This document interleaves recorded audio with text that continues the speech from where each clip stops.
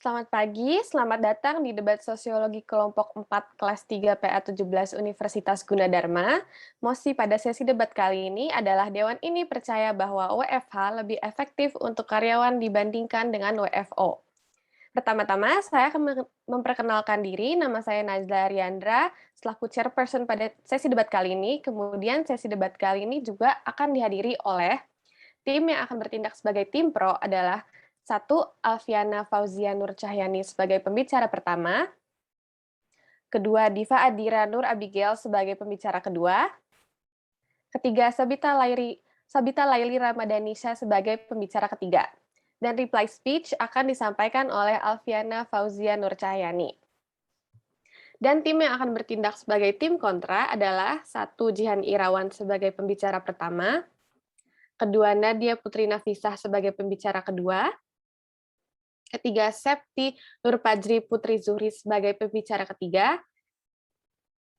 Dan reply speech akan disampaikan oleh Septi Nurpajri Putri Zuhri. Baik, untuk memulai sesi debat kali ini, kepada pembicara pertama dari tim pro, dipersilahkan untuk menyampaikan argumennya. Baik, terima kasih moderator untuk kesempatannya.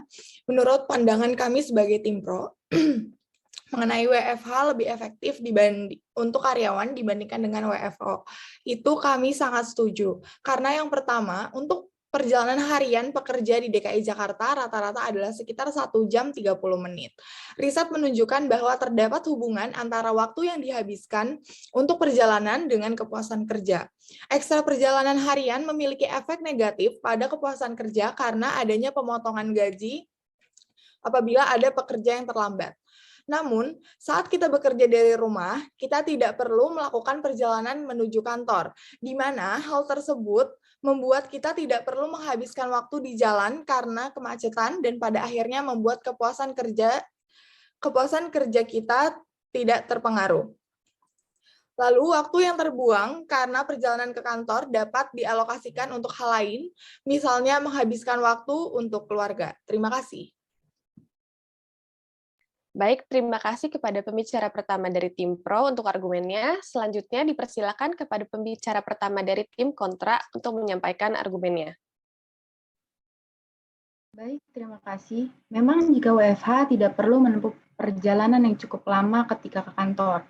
Namun, jika kita WFH, kita akan mengeluarkan biaya internet yang cukup lebih banyak karena video konferensi yang berlangsung beberapa jam setiap harinya. Mencari referensi dari video untuk bahan catatan dalam bekerja.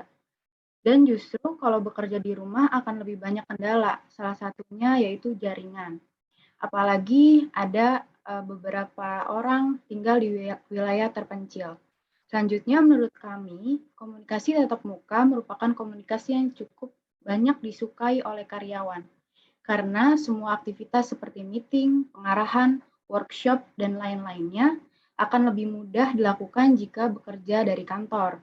Komunikasi tatap muka akan lebih memperkuat hubungan antara karyawan dan mengurangi miskomunikasi.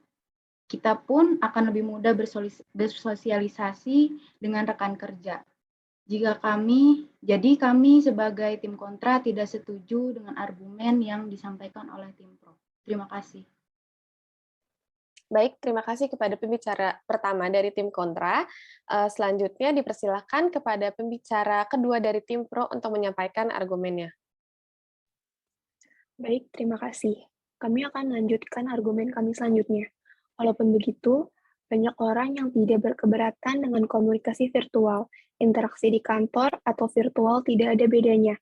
Komunikasi bisa tetap berjalan dengan baik, walaupun menggunakan media komunikasi seperti Zoom, Skype, Google Meet, atau yang lainnya. Apalagi kini banyak aplikasi yang mendukung kita untuk berkomunikasi jarak jauh secara baik.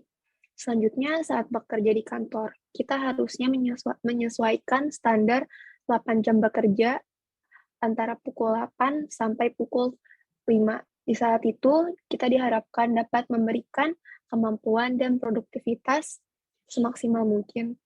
Walaupun kenyataannya ada beberapa hal yang tidak berjalan secara maksimal. Untuk itu, kita harus berjuang melawan sifat kita dan tetap produktif dengan tetap bekerja selama 8 jam. Sedangkan jika tidak Jika kita bekerja di rumah, memberikan kita fleksibilitas untuk mengatur waktu, walaupun tidak menutup kemungkinan kita tetap perlu berkomunikasi dengan tim sesuai dengan jam kerja. Namun, work from home memungkinkan kita menentukan jam kerja dan menyelesaikan pekerjaan dengan waktu produktif kita. Tidak masalah apakah itu pagi atau larut malam. Terima kasih. Baik, terima kasih kepada pembicara kedua dari tim pro untuk argumennya. Selanjutnya dipersilakan kepada pembicara kedua dari tim kontra untuk menyampaikan argumennya. Baik, terima kasih. Justru menurut kami, hal yang disampaikan oleh tim pro tersebut tidak efektif karena akan mempengaruhi jam kerja yang seharusnya sudah selesai karena terpotong dengan waktu santai, malah membuat pekerjaan lebih lama terselesaikan. Jika kita bekerja WFO, pekerjaan akan terasa lebih teratur karena sudah terdapat jam kerjanya masing-masing. Sehingga waktu istirahat pun sudah ada porsinya sendiri dan tidak terganggu. Malah menurut kami, jika terlalu banyak waktu di rumah untuk menyelesaikan pekerjaan akan membuat pikiran lebih rumit dan akan berdampak stres. Jika melakukan pekerjaan di kantor, kita dapat mengobrol bersama rekan kantor untuk sharing bagaimana kesulitan yang kita alami. Dan rekan tersebut juga pasti paham apa masalah kita karena mereka di bidang yang sama seperti kita. Terima kasih. Baik, terima kasih kepada pembicara kedua dari tim kontra untuk penyampaian argumennya. Selanjutnya saya lanjutkan kepada pembicara ketiga dari tim pro. Dipersilakan untuk menyampaikan argumennya. Baik, terima kasih atas kesempatannya. Menurut kami, justru jika bekerja di kantor, waktu akan lebih monoton dan hal itu akan membuat stres saat bekerja. Sebaliknya, jika WFH, kita lebih banyak memiliki waktu dengan keluarga, dan ketika ada sesuatu yang membuat stres, bisa meminta saran pada keluarga terdekat atau bahkan teman terdekat. Lalu ketika kita bekerja di kantor, kita tidak boleh menggunakan pakaian kasual.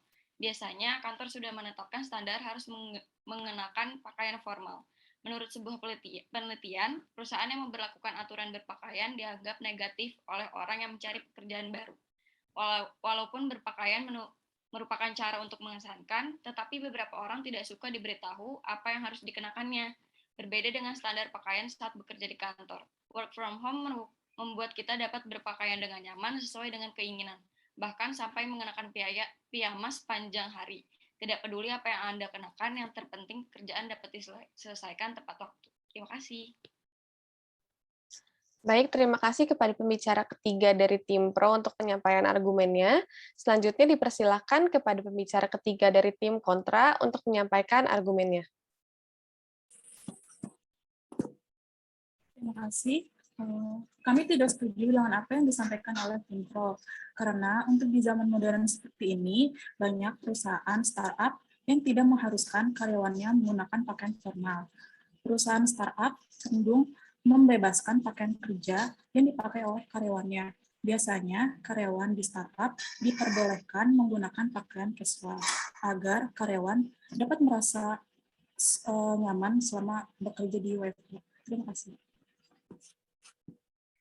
Terima kasih kepada pembicara ketiga dari tim kontra untuk argumennya. Selanjutnya dipersilakan kepada reply speaker dari tim kontra untuk menyampaikan reply speech-nya.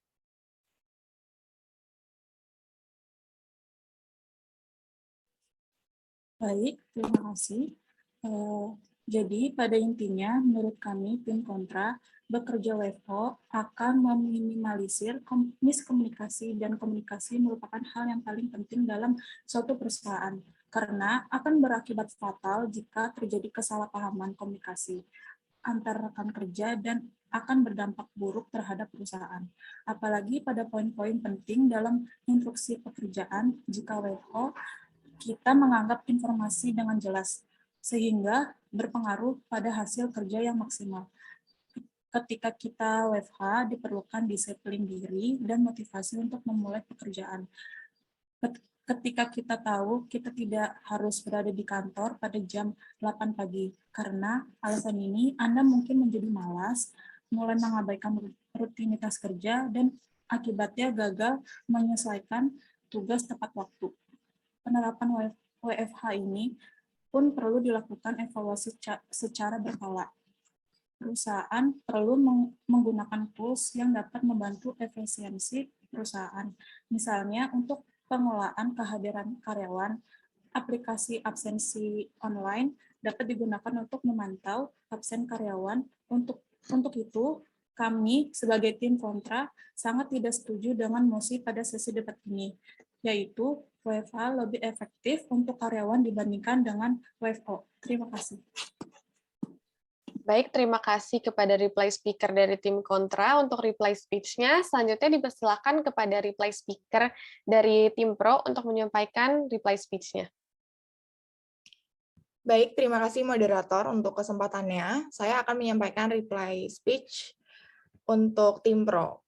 WFH membuat waktu kerja kita menjadi lebih efektif karena tidak harus melakukan perjalanan ke kantor. Selanjutnya, meeting atau kegiatan lain secara daring juga akan lebih efektif karena kita bisa lebih konsentrasi dan tidak terpengaruh dalam suasana ruangan yang penuh dengan orang di dalamnya. Kemudian, jika WFH, kita bisa lebih santai dalam berkomunikasi dan juga lebih leluasa dalam mengerjakan pekerjaan kantor serta tidak ada tekanan dari atasan ketika kita mengerjakannya. Dan ketika kita kerja WFH, kita lebih banyak memiliki waktu dengan keluarga, dan ketika kita ada sesuatu yang membuat kita stres ketika bekerja, kita bisa meminta saran pada keluarga atau sekedar mengobrol untuk melepas penat. Jadi, kesimpulannya kami sebagai tim pro sangat setuju dengan mosi debat kali ini, yaitu WFH lebih efektif untuk karyawan dibandingkan dengan WFO. Terima kasih. Baik, terima kasih. Sepertinya debat hari ini cukup. Terima kasih kepada tim yang telah menyampaikan argumennya. Saya akan menyimpulkan poin-poin penting dari tim pro dan juga dari tim kontra. Dari tim pro berargumen bahwa bekerja dari rumah tidak perlu melakukan perjalanan ke kantor, di mana hal tersebut membuat kita tidak perlu menghabiskan waktu di jalan karena kemacetan, dan pada akhirnya membuat kepuasan kerja tidak terpengaruh. Selanjutnya, interaksi di kantor atau virtual tidak ada bedanya. Komunikasi bisa tetap berjalan dengan baik walaupun menggunakan media komunikasi seperti Zoom, Skype, Google Meet, atau yang lain. Apalagi kini banyak aplikasi yang mendukung kita untuk berkomunikasi jarak jauh dengan baik. Terakhir, ketika kita bekerja di kantor, kita tidak boleh menggunakan pakaian kasual. Biasanya, kantor sudah menetapkan standar harus menggunakan pakaian formal. Menurut sebuah penelitian, perusahaan yang memperlakukan aturan berpakaian dianggap negatif oleh orang yang mencari pekerjaan baru. Sedangkan tim kontra menyatakan bahwa jika WFH, kita akan mengeluarkan biaya internet yang lebih banyak karena video konferensi yang berlangsung beberapa jam tiap harinya, mencari referensi dari video untuk bahan catatan dalam bekerja. Dan justru kalau bekerja di rumah akan lebih banyak terkendala, salah satunya jaringan, apalagi jika tinggal di wilayah terpencil. Selanjutnya, jika kita bekerja WFO, pekerjaan akan terasa lebih teratur karena sudah terdapat jam kerjanya masing-masing, sehingga waktu istirahat pun sudah ada porsinya sendiri dan tidak terganggu. Terakhir, di zaman modern seperti saat ini, sudah banyak perusahaan startup yang tidak mengharuskan karyawan yang menggunakan pakaian formal. Perusahaan startup cenderung membebaskan pakaian kerja yang dipakai oleh karyawannya. Biasanya karyawan startup diperbolehkan menggunakan pakaian casual agar karyawan dapat merasa nyaman selama bekerja WFO. Dengan demikian, debat ini saya akhiri. Saya ucapkan terima kasih kepada tim pro dan tim kontra. Selamat pagi.